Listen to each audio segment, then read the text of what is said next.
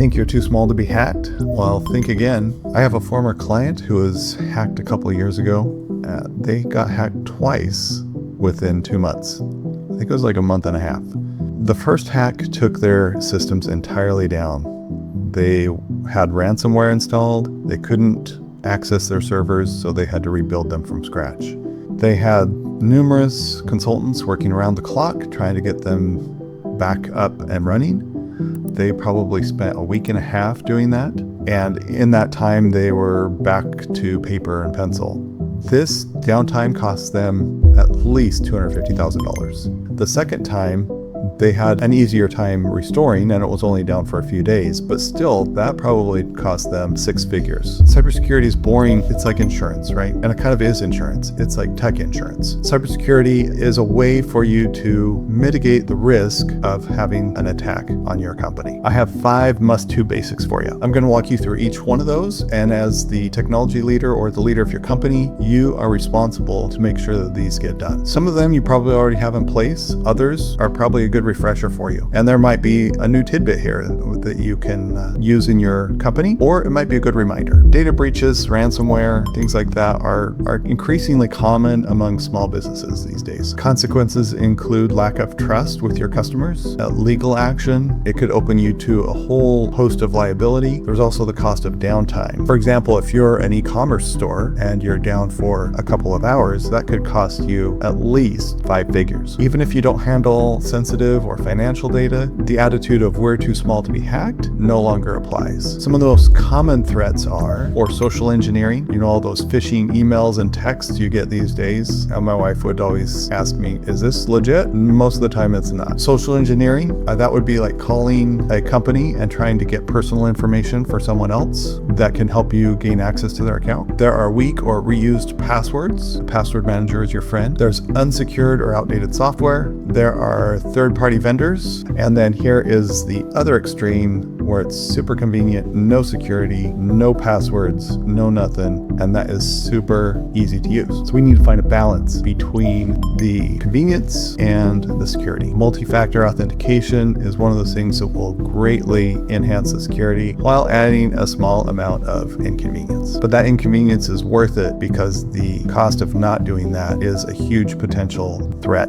that could hit your company. There are lots of good ways to enable that. There are a lot of accounts that people use that are not within their company but are for their company. It should be turned on there as well. I know that a lot of businesses use Office 365. That is now mandatory to use multi-factor authentication. So embrace that and use that as a tool to help you sleep better at night. Number 2, train your staff on awareness. I told you that my wife asks me about or illegitimate links that she gets in email or text. That's a great thing for anyone to do. It's a good general rule. If you have to ask, the answer is don't do it. But a lot of times that's where hackers can get in easily because they can make a legitimate looking email from, say, your local bank that you may use or may not use. If you see an email from a bank that you use, you think, oh, that must be from the bank. Why would I question it? If you're on a computer, you can hover your mouse over the link, and then at the bottom, it will show you the link that it's going to open. If it's from Bank XYZ and it doesn't start with bankxyz.com, don't open it. It's usually a subdomain that's bankxyz.yourhackerurl.com, and that's a good way to spot, or go directly to your bank's website, which is even better, and then you can log in. At that point, you didn't fall into the hacker's trap.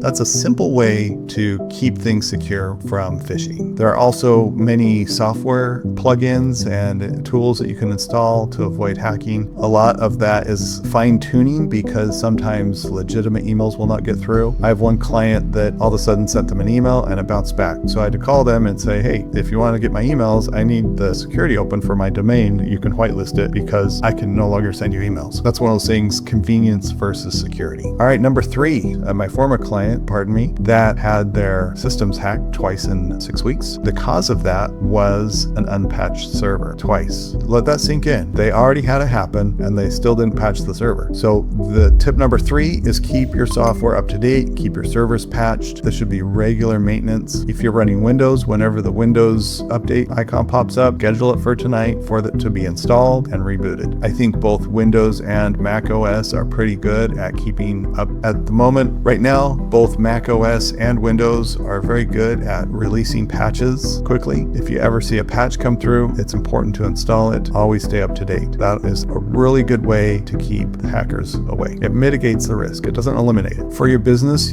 and you have several people working on company workstations, you should have an IT guy that can go and remotely install updates as needed. If there's a patch that comes out that's not a part of the regular, that's off of cadence of their regularly scheduled updates, make sure they do that frequently. They should stay on top of things. It would be good to get, a report every week or every month of any security vulnerabilities that have been found and any news on different hacks that are coming through, things that they're seeing in the industry, and ways for you to keep your company secure. This could be a quick conversation once a week with that person, or emails kind of get lost sometimes. It's like, oh yeah, everything's fine, I'll read it later. So maybe a quick conversation just to stay on top of things. Or you can do a longer cadence with that person and just have them reach out to you if there's something important they need to discuss. All right, number 4, strong passwords. This is critical nowadays. You should not reuse passwords. It shouldn't be password 1234 exclamation. That's not a good password. Don't ever use that. I use the same password for development environments sometimes, just for convenience of logging in as a different user. Those will reset passwords. But these are not publicly available, so it's not a risk at all. All right, let's not include that for the development environments. Every login should have a unique password. A lot of times the email address is going to be your login name. Having a username is another layer of security, but a lot of times that's not an option. So you're logging in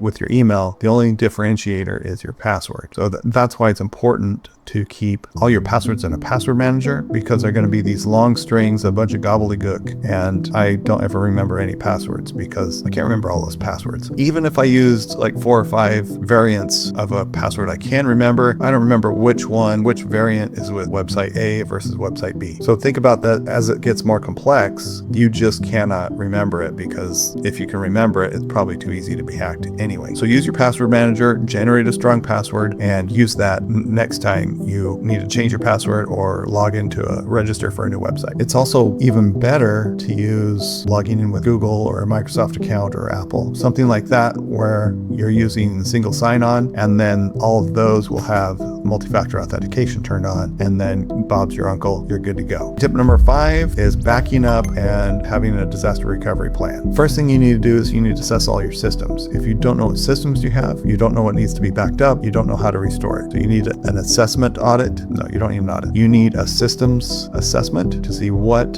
you have, where you have it, and how you can back up and restore that information. And the backup and restore is called disaster recovery. Just like the military practices for every foreseeable situation, you should do that as well. Have a disaster recovery plan. Let's say you have your main database and your main systems. Take those, back them up, wipe them, and then restore from a backup. This will show you what the problem is. Pro tip, do that in a development or stage environment first. You don't want to test that in production until you've got it down. You want to make sure you don't have any data loss, you don't have any tweaks that you need to make to your configurations. That's something you should do in the dev environment, then a stage environment, then you should have the real one for production. For these backups, they should be regularly scheduled and automated. For databases, we typically do a full backup every week. This runs overnight. We don't have to worry about it. While I'm asleep, it's doing its job. And then when we need to restore, it's no big deal. I also do a data refresh with my teams. We'll do a data refresh on whatever day the client wants in the morning, and we'll take the latest backup from production, restore it to stage, restore it to dev. That gives us a good way to have the latest data available for testing. It's no more than a week old at any given time. So think of those backups with redundancy in mind. The whole internet is based off of redundancy. If this pipe is closed, well, we'll go over here. That's why it's called a web, because it's just this network of connected computers and servers. And if you think of your backups that way, if you have your backup here in a physical location, right where your server is, if there's a fire and it goes down, it's lost. So you want to take that data and store it off in the cloud or somewhere separate from the server location. I know a lot of people aren't really having in-house server rooms, but that used to be a thing.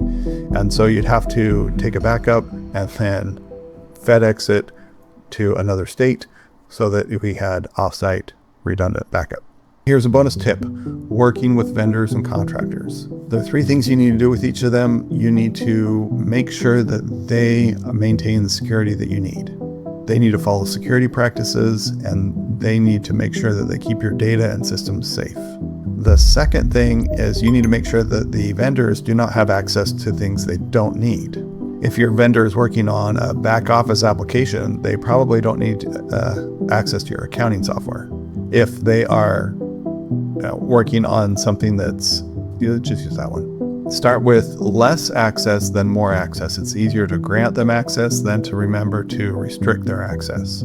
So give them the bare minimum that you think they need, and when they complain they can't do their job, evaluate that, make sure that's a valid complaint, and then you can up the access as needed.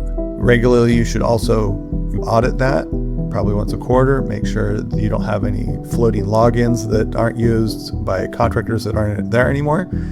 You should disable those. It's easy to disable something and see who complains, and then you can address it. I'm a huge fan of removing access, see what happens, and then we'll go from there. The last thing is to require basic security measures.